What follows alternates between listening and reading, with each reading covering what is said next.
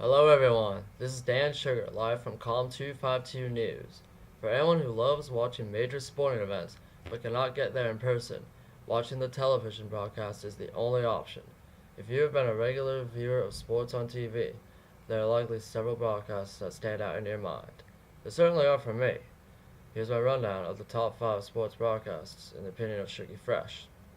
At number 5, we have Chris Zelinsky setting the American record in the 10K. So on May 1st, 2010, Chris Zelinsky, who's a professional American distance runner, became the first person from the United States to run a 10K in under 27 minutes. He got it by 4/10 of a second in a race held at the Peyton Jordan Invitational, held at Stanford University in California.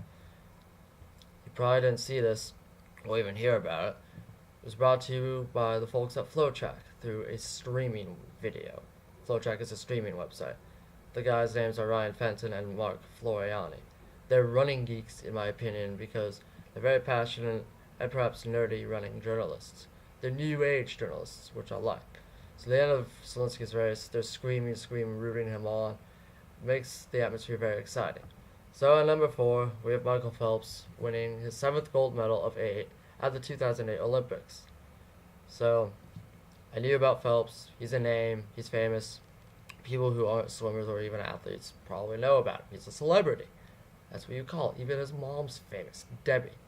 So we have this race. It's called the 100-meter fly, butterfly.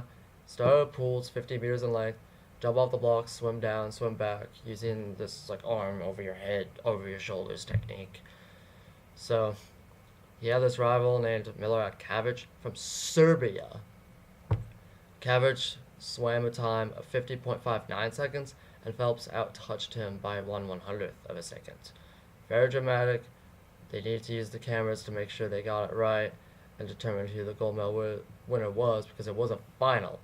So there had to be a gold medal winner. Otherwise, they would have had another swim off, and they would have literally gone back out, then jumped back in and swam another race. So it was a dramatic win. Very exciting to watch. You would have had to been there. The water cube was electric. I wish I could have been there. Unfortunately, I couldn't. I didn't have tickets to go to Beijing, China. But I will definitely view an Olympics in person one day. So, number 3, 1979 NCAA Basketball Championship Final. Larry Bird playing for Indiana State and Magic Johnson playing for Michigan State. So, first of all, the result of that game was Michigan State defeating Indiana State 75-64. What makes this interesting and important was this was the start of the rivalry between Larry Bird and Magic Johnson. The game took place on March 26, 1979, and that fall in September, they were drafted into the NBA. Johnson played for the Lakers, and Bird played for the Celtics.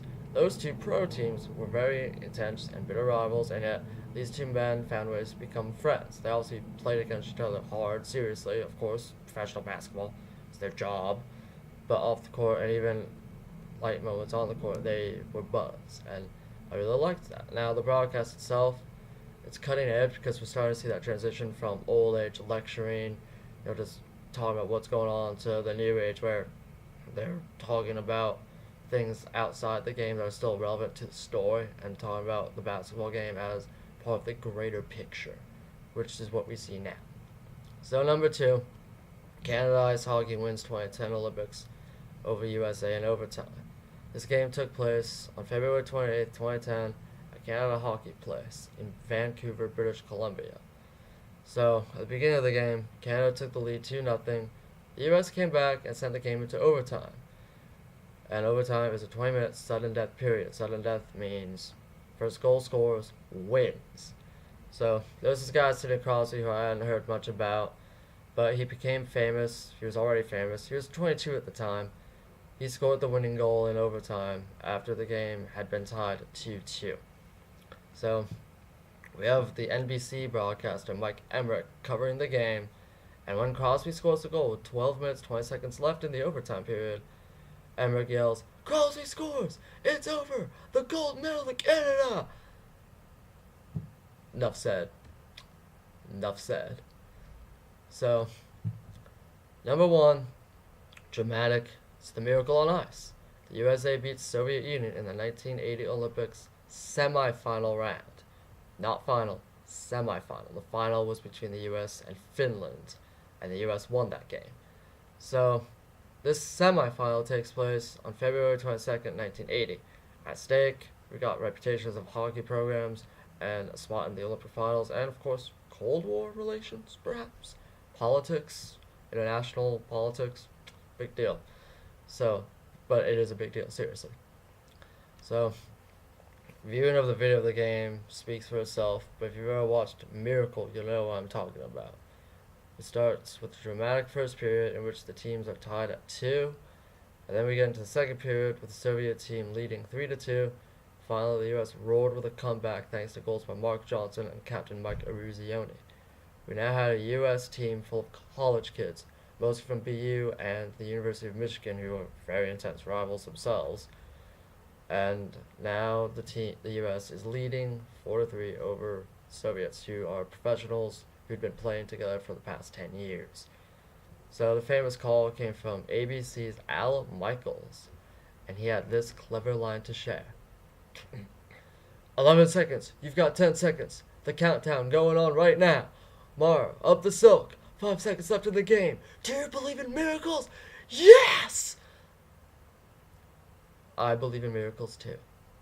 You just heard Dan Sugar rattle off his opinion on the top 5 sports broadcasts there have ever been. Thank you, Calm252.